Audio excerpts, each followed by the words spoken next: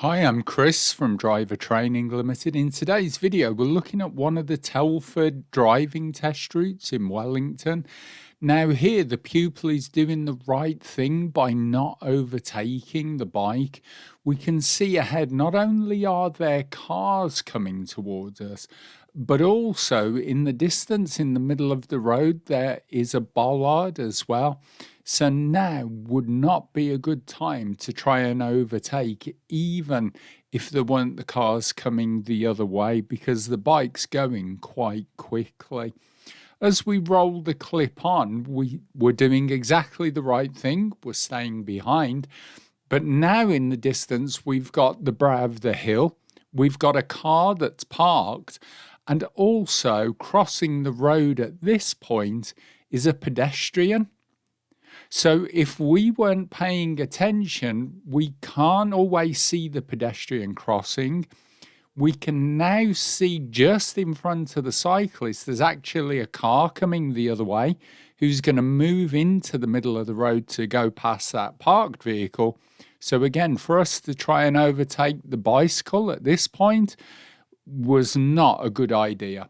So the pupil does things correctly, just holds back, takes their time. And remember, if you're on your driving test doing this and you can't get past, there isn't a problem. The more time that you stay safe doing this, the quicker your test is going. So again, don't worry about it. If this happens on the test, they want to see how safe you're going to be. Now, here's the world's shortest bike lane.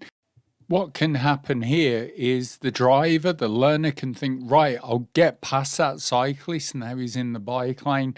However, this bike lane is going to come back out at the roundabout. So as you're approaching, we can see that it is clear from the right, but we have to bear in mind that just at this point here, that cycle lane re-emerges onto the road.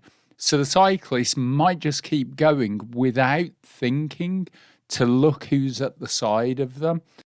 As well as dealing with that, you've then got the pedestrian crossing. And as you can see, especially from the left, people can just appear with very little warning. And with cyclists, they're almost instantly there. What we're going to do now is turn left.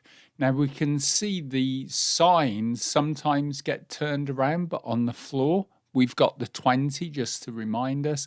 Now we can't see what's coming the other way over the brow of the hill, so we've got to go really slow at this point.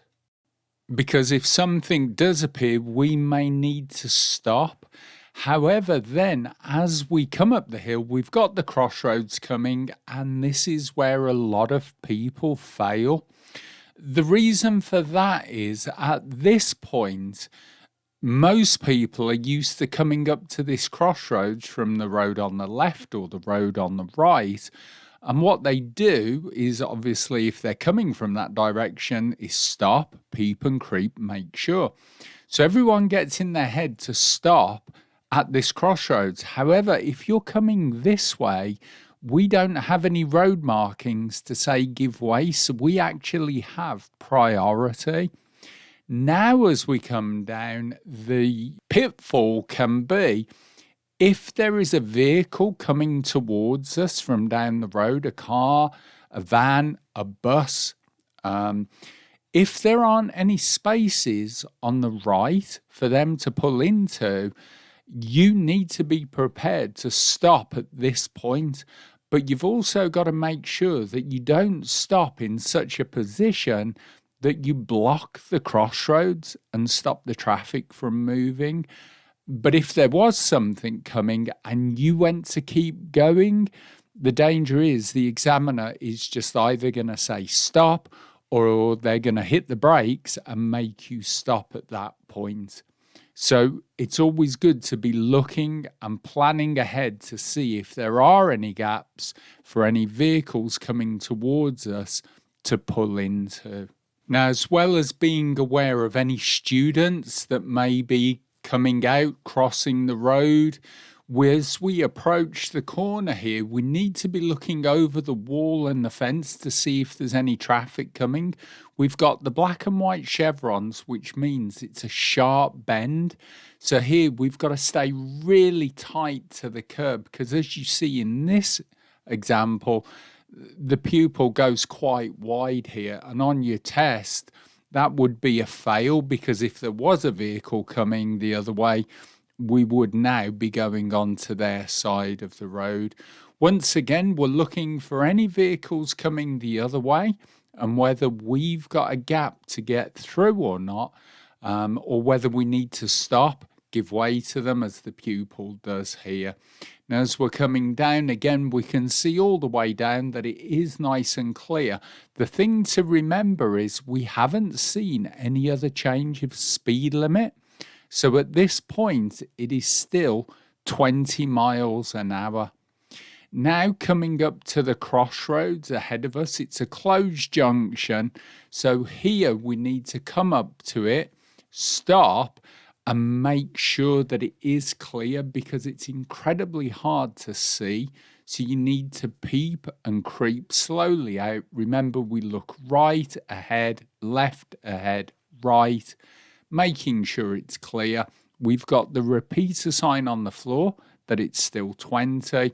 We've got the crossroads ahead, but again, on our road, we have the priority, but that's always making sure that it is safe that someone isn't already pulling out.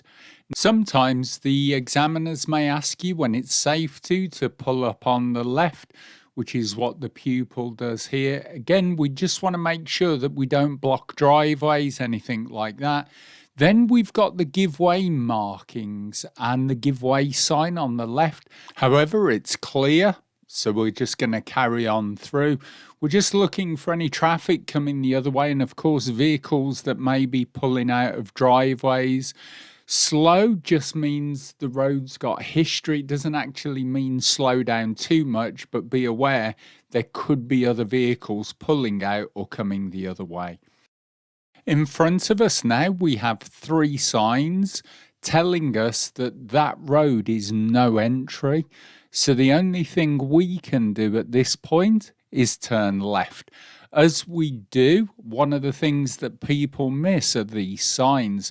Now, there is a one-way sign on our left, which the camera doesn't pick up, but we've got the one on the right, we've got the one on the road. So that's actually 3 one-way signs at this point. The reminder that it is still 20 miles an hour. As we come down, there's a sign on the left, which admittedly is a lot harder to see, still saying it's one way only.